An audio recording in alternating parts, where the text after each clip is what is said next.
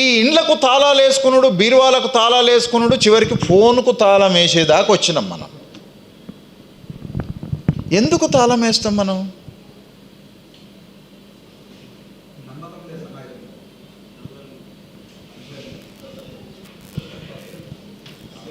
సొంతం అనే భావన ఉన్నది, అందరిది అనేటటువంటి భావన మనకు లేకపోవటం వల్ల ఇంటి మనుషుల మధ్యన కూడా తాళాలు పడతాయి. పెళ్ళానికి తెలియకుండా మొగడికి తాళం, మొగడికి తెలియకుండా పెళ్ళాలకు తాళాలు, వీళ్ళిద్దరికి తెలియకుండా పిల్లలకు తాళాలు ఉంటాయి. ఎవడి తాళం వానికే ఉంటుంది, ఒకని పాస్వర్డ్ ఇంకొకనికి తెలియదు. Why? There is a absence of common life, there is a emergence of the individual life. Of course individualism is a necessity, but individualism is not against to the common good and common life. So బౌద్ధం అనేటటువంటిది ఒక మహోన్నతమైనటువంటి, కాలంతో ప్రాంతంతో సంబంధం లేకుండా మనిషి ఆచరించేటటువంటి ఒక జీవన విధానం గురించి చెప్పిన మతమే. నీకు మతం కాదని అంటే నాకేం ఇబ్బంది లేదు. You have a freedom to think as like that, because I provided definition కదా, నిర్వచనం ఇచ్చినాను. నిర్వచనము మతం అంటే జీవన విధానము అని అనుకున్నప్పుడు, బౌద్ధము ఒక మతము అని అంటే ఈ మతం లోపల మనిషికి టైంతో సంబంధం లేకుండా, ప్లేస్తో సంబంధం లేకుండా ఈ విశ్వంలో ఉన్న మనుషులందరూ కామన్గా ఈక్వల్గా ఆచరించగలిగే యూనివర్సల్ ప్రిన్సిపల్స్ గురించి చెప్పింది. కాబట్టి నీ మతం ఒక దేశానికే పనికి రావచ్చు, ఇంకొక ఆయన మతం ఒక రీజియన్కు పనికి రావచ్చు, ఇంకొక ఆయన మతం ఒక పర్టికులర్ కాంటినెంట్కు పనికి రావచ్చు. కానీ బౌద్ధము ఒక ప్రాంతము, ఒక గుంపు, ఒక సమూహానికి మాత్రమే పనికి వచ్చేటటువంటి మతం కాదు. ఎందుకు అనంటే ఇది ఈ దేశపు మనిషి ఆ దేశపు మనిషి గురించి మాట్లాడలే, ఇది మనిషి గురించి మాట్లాడింది. ఇది మనిషి గురించి మాట్లాడింది. మనిషికి సమాజానికి, మనిషికి రాజ్యానికి, మనిషికి ఆలోచనకు, మనిషికి మొరాలిటీకి, మనిషికి ఎకానమీకి, మనిషికి ప్రాపర్టీకి, సొంత ఆస్తికి, సమూహపు ఆస్తికి, మనిషికి ప్రేమకు, మనిషికి హేట్రేట్కు ఉండే సంబంధం గురించి చెప్పి ఈ ప్రపంచం లోపల నాకు తెలిసి బౌద్ధాన్ని మించినటువంటి గొప్ప ప్రేమ సిద్ధాంతం ఏదీ లేదు. బౌద్ధం మహోన్నతమైనటువంటి ప్రేమ సిద్ధాంతం. ఎందుకు అనంటే ఇతరుల యొక్క దుఃఖాన్ని కన్సిడర్ చేసి దానికి నివారణ మార్గాన్ని చూయించటమే ప్రేమ. ప్రేమ అనంటే నిన్ను క్లచెస్లోకి తోయటం కాదు, ప్రేమ అంటే నిన్ను సమస్యల్లోకి నెట్టడం కాదు, ప్రేమ అంటే నిన్ను నువ్వు పరిష్కరించుకోలేకుండా ఆధారపడి జీవింపజేసేటటువంటిది కాదు. ప్రేమ మనిషిని అన్నింటి నుంచి విముక్తం చేస్తుంది. ఆ విముక్తాన్ని ఇచ్చినటువంటి రిలీజియను, ఆ విముక్తాన్ని ఇచ్చినటువంటి సిద్ధాంతము, ఆ విముక్తాన్ని ఇచ్చినటువంటి ఫిలాసఫీ బౌద్ధము. ఈ బౌద్ధం అనేటటువంటిది కేవలం ఈ దేశానికి, దళితులకు మాత్రమే అనివార్యమైనటువంటిది కాదు. మొత్తం ప్రపంచాన్ని ఇప్పుడు సమస్యల నుంచి పడేయగలిగేటటువంటి శక్తి ఒక బౌద్ధానికి ఉన్నది.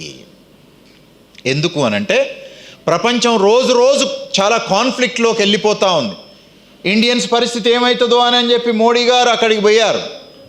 ఆయన తీసుకొచ్చేటోళ్ళు మనోళ్ళు ఏం గారు, మీరేం పెద్ద దేశానికి, దేశ భారతీయులకు ఆగమా అయిపోతున్నారని ఏం బాధపడకరని, మీ పొరగాళ్ళు ఆరలేరు, దుబాయ్లో ఉంటారు. కులము వలసల్ని నిర్ణయిస్తుంది. బ్రాహ్మణులు యూరప్లో ఉంటారు, రెడ్లు కమ్మలు అమెరికాలో ఉంటారు, మాలామాదిగలు బీసీలు దుబాయ్లో ముస్లిం కంట్రీస్ లోపల ఉంటారు. This is the character of migration. This is the character of colonising. అంటే ఎవరెవరు ఎక్కడికి వలసపోతారండి అని అంటే గిట్ట వలసపోతారు. వలసకు కులం ఉంటుంది, వలసకు మతం ఉంటుంది, వలసకు ప్రాంతం ఉంటుంది. కాబట్టి కింది కులాలంతా ఇస్లామిక్ కంట్రీస్కు వలసపోతాయి. అక్కడ హక్కుల గురించి ఏ ప్రధానమంత్రి మాట్లాడడు. కానీ ఇక్కడ ఏదో జాబ్ పోయింది అనగానే ప్రత్యేక విమానం వేసి ఆ నుంచి ఇడికి తీసుకొచ్చి దేశంలో ఇంటికాడ దోలి పెడతారు. Because it is there country. We need to country and we need to build the nation on the principles of Buddhism, which newly interpreted by Ambedkar, Navayan Buddhism. It is వాడేవాడో ఈడేవాడో ఈ ధ్యానం చేయి, అది చేయి, ఇది అంత పని మళ్ళీ ముచ్చట. సరే, of course you can have, but here my point is in Ambedkar Buddhism social reconstruction of Indian society is most important than understanding Buddha as like తపస్సు చెయ్యి, ధ్యానం చెయ్యి, ప్రాణం చెయ్యి, గాలి వెనక కూదు, ముందలి కూదు. ఆడ కాదు గాలి ఉదాల్చింది, ఈ సమాజాన్ని నిర్మించే గాలి ఒకటి ఉదమని అని అంటుండు. బిల్డ్ ద సంఘ అని అంటుండు. ఆ సంఘాన్ని నిర్మించే నవయాన బౌద్ధాన్ని తీసుకొని వచ్చిండు. ఇప్పుడు బౌద్ధాన్ని అంబేద్కర్ ఎట్లా చెప్తుండో చూడటం అనేటటువంటిది అవసరం. రైట్. సో ఎందుకు అని అంటే అనేక బౌద్ధ సమూహాలు ఆధిపత్య చేతుల్లో ఒక బందీ కాబడ్డాయి. వాళ్ళు దాన్ని ఒక వెపన్ లాగా వాడుతూ ఉన్నారు, ఇతరులను తొక్కిపెట్టడానికి కానీ వాళ్ళని నిలబెట్టుకోవడానికి కానీ. ఈ తొక్కడము నిలబెట్టడానికి అతీతంగా మనుషులందరినీ సమానంగా చూసేటటువంటి విలువ కోసం నవయాన బౌద్ధము బుద్ధిజాన్ని ఒక స్పిరిచువల్ నుంచి కిందికి దించి సోషల్ ఇంటర్ప్రిటేషన్ ఇచ్చినటువంటి వాడు అంబేద్కర్. నేను మాట్లాడేటప్పుడు చెప్పినాను, రేషనలిజాన్ని పెరియార్ ఇంటర్ప్రిటేషన్ నుంచి చూస్తే బాగుంటుంది, కానీ రేషనలిజాన్ని ఆయన ఎవరో బాబు గోగినేనన్నట్టు ఆయన చెప్పేట ఆయన నుంచి వినకండి దయచేసి. రైట్. స్వాతంత్రం అంటే ఏంటిదో పూలే నుంచి నేర్చుకోవాలి. స్వాతంత్రం అంటే తిలక్ నుంచి నేర్చుకోవడం, గోఖలే నుంచి నేర్చుకోవటం కాదు. రైట్.